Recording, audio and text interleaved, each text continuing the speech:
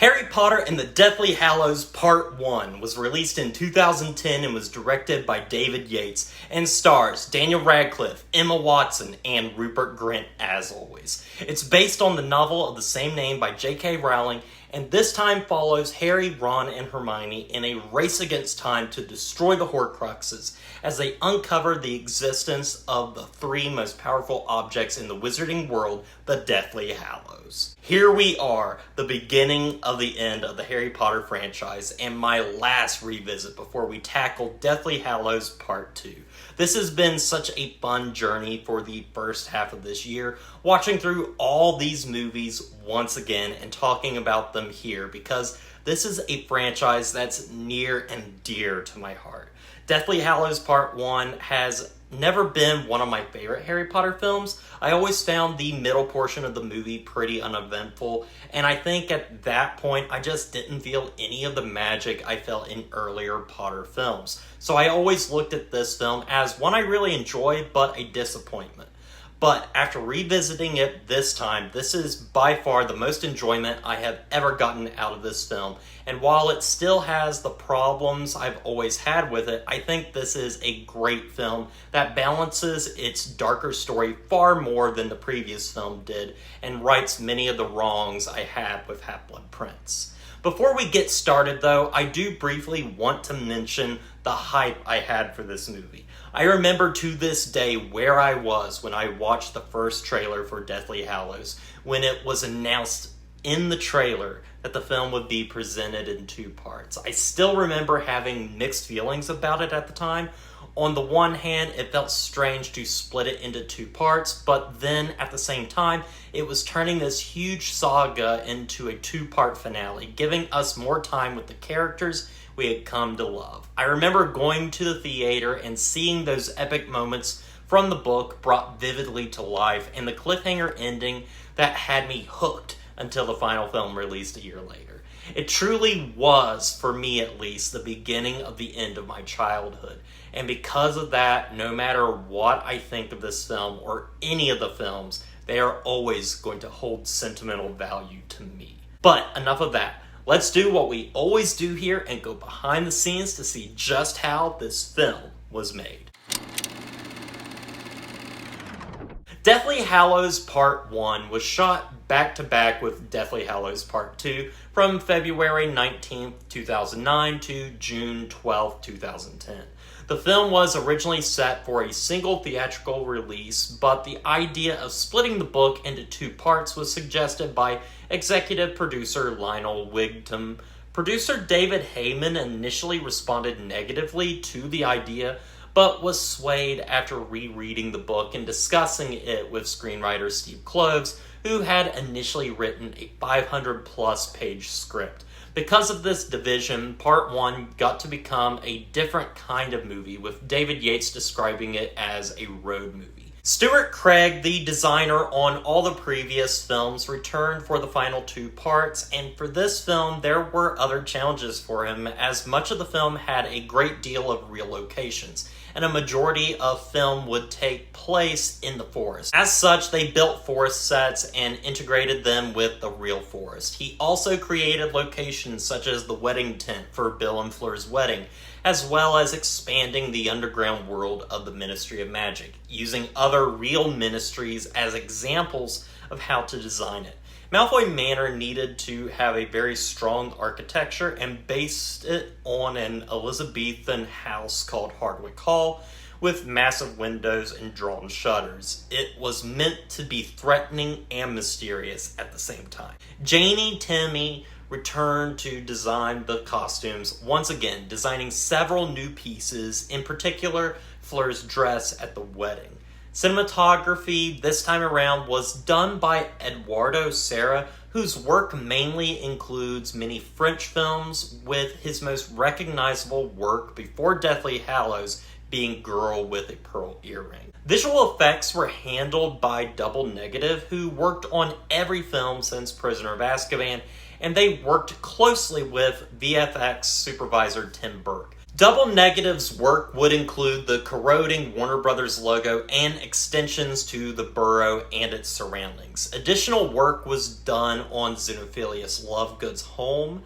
The smoke effect with the Death Eaters was also worked on more extensively. Framestore, a visual effects company, ended up producing a majority of the film's creature CGI, as well as the animated Tale of the Three Brothers sequence, which was directed and designed by Ben Hibbon. Nicholas Hooper, who composed the scores for both Order of the Phoenix and Half-Blood Prince, did not return for the final two films, and instead the score was done by Alexandre Dubois, who worked on both these films, and who has had a pretty varied career before and since then, working with directors such as Guillermo del Toro and Wes Anderson. After rave reviews from test screeners on August 26, 2010, which claimed the film was amazing and dark and a perfect Harry Potter film, the movie would have its world premiere in London on November 11, 2010, and 48 hours prior to the North American release, the first 36 minutes of the film had leaked online. As for the box office, the film grossed $24 million in North America during its midnight showing, beating Half-Blood Prince's previous record. The film would go on to make a worldwide total of $977.1 million on a budget of $250 million, a budget it shared with the final film as well. The movie would go on to receive generally favorable reviews and a CinemaScore grade of an A. The film was praised for its darker moments and the handsome production, but criticism was pointed at the fact some of the magic of Harry Potter had at this point been sucked out of the franchise and lacked any dramatic payoff, leading to it being considered slightly disappointing in the long run, perhaps a result of the film being split into two films. The movie would go on to receive several nominations as well at the Academy Awards, including Best Art Direction and Best Visual Effects, but came away with no wins, but was nominated in many other areas at other various awards ceremonies. Now, with all of that out of the way, let's go into my thoughts on the film. Deathly Hallows Part 1 is a film I feel like has gotten better the more I watch it, and I think at the end of the day I can call it a great film. First off, it fixes most, if not all, of my issues I have with Half-Blood Prince, which I felt was a tonal nightmare as it fought between being a serious dark drama and a romantic teen comedy. This time they focus on those darker elements, giving the film a much more somber tone and dialing back some of the humor that feels more fitting to the humor found in earlier installments. There's a feeling of dread throughout the film and a sense of finality that I love. It really feels like the beginning of the end as storylines become tighter and more focused, and for the first time in the entire franchise, the goal is established right from the forefront. Deathly Hallows also has the benefit of breaking away from the structure of the previous films, with the entire film taking place outside of Hogwarts as Harry, Ron, and Hermione travel the English countryside, searching for the Horcruxes in an attempt to destroy Lord Voldemort forever. That alone makes this film a very refreshing watch in a franchise that has stuck so close to formula for all the previous movies. You start the movie with a bang, with a thrilling chase scene through the skies over Little Whinging, where characters we know die, and it quickly completes the series' transformation into the more adult story of the final book. Right off the bat, though, I should talk about what this film gets right over the previous film, which I found to be a disappointment.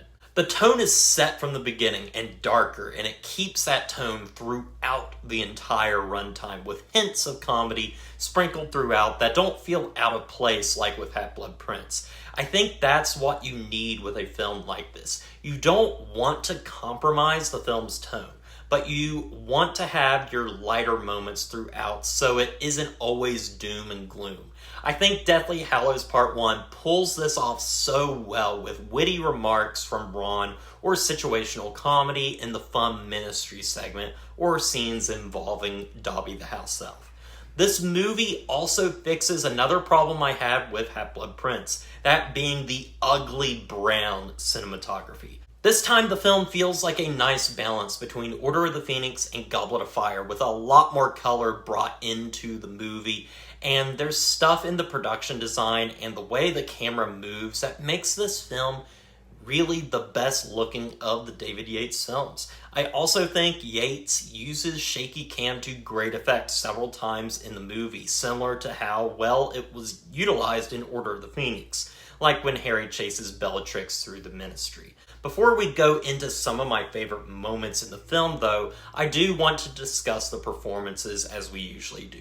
The trio of Radcliffe, Grint, and Watson are fantastic once again, and honestly, Rupert Grint in particular gets some nice moments to shine as his role becomes a bit more challenging as he becomes influenced by one of the Horcruxes and becomes angry towards Harry and Hermione as it works on him, similar to something like the One Ring in Lord of the Rings. And there comes this part in the middle of the film where Ron leaves the group for a period of time, and it's really heartbreaking watching it take place as Ron, on top of being under the influence of the Horcrux, is also afraid of hearing bad news about his family, who have gone into hiding. We also get introduced to new characters, which are all memorable in their own way, such as Xenophilius Lovegood, Luna's father, played by Rhys Ifans, who plays a crucial part in the film's plot.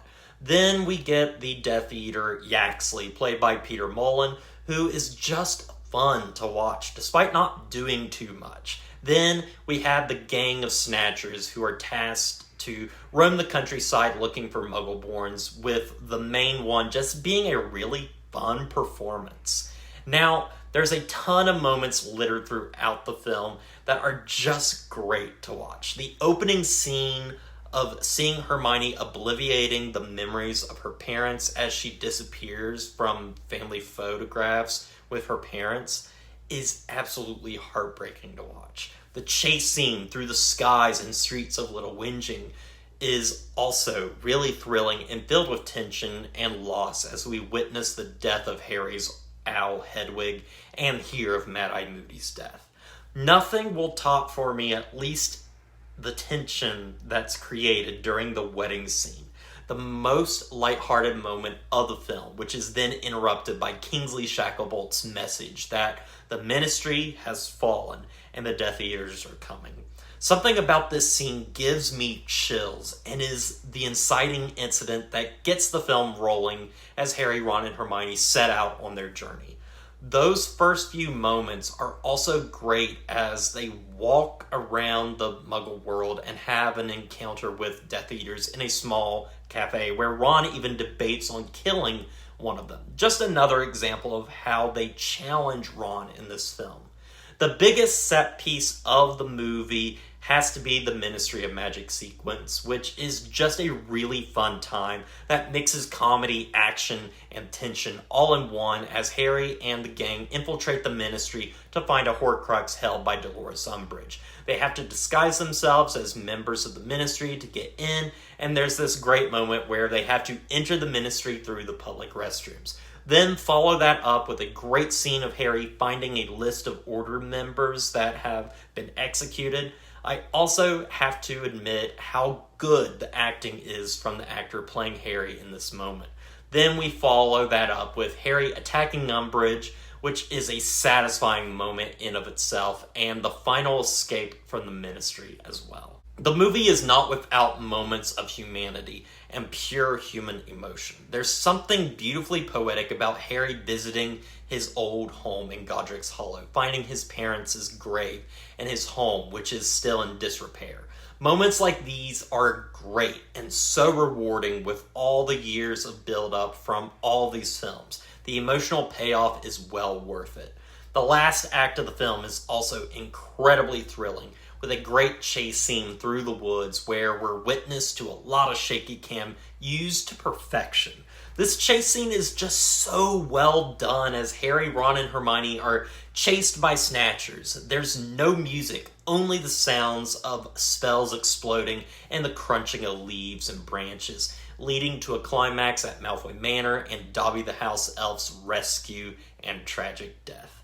I have to say, it's great being able to see this character after not seeing him for so long, and Toby Jones is just great as the voice and character. But his death truly is very well handled, and a tragic place to end the film at an emotional low point in the story. As for things that I don't think work with the film, I think the music is mostly very forgettable, as I can't remember a single track. Not to say there's anything bad, it just isn't that memorable in the end. The middle of the film is also definitely the weaker part of the movie, and it's what everyone brings up, which is the camping stuff. It is just a very dry part of the book that's overall not as interesting and thrilling as the film's other set pieces. The movie also has annoying problems in the writing, where there's just some weird inconsistencies where the film will reference things that happened in the books but never happened in the actual films, which I find so weird that these moments weren't edited in the film to make more sense. I'm thinking of moments such as when Lupin asks Harry an important question about a scene that happened in Prisoner of Azkaban. But the scene was absent from that movie. It's weird moments like that which are frustrating and confusing. Now, these next few issues aren't necessarily negatives, but more like complaints and nitpicks. One nitpick I have with the film is actually the Tale of the Three Brothers animated segment. This scene alone is great and beautifully animated, but every time I watch it, to me at least, it just doesn't fit in with the rest of the Harry Potter universe and feels out of place, which I know was the point, as Yates wanted the animators to create something that felt like the exact opposite of Harry Potter. For me, it's great, but also just so different from what had come before. And finally, my one complaint with this movie is actually what's not in the film. And so it doesn't harm the film, but its omission is so glaring that it confuses me why it's not there. And that is the Dursleys. There are two great scenes in the deleted scenes for the film where Petunia and Harry have a moment that humanizes Petunia for the first time ever, where she tells Harry, "You didn't just lose your parents that night in Godric's Hollow. I lost a sister."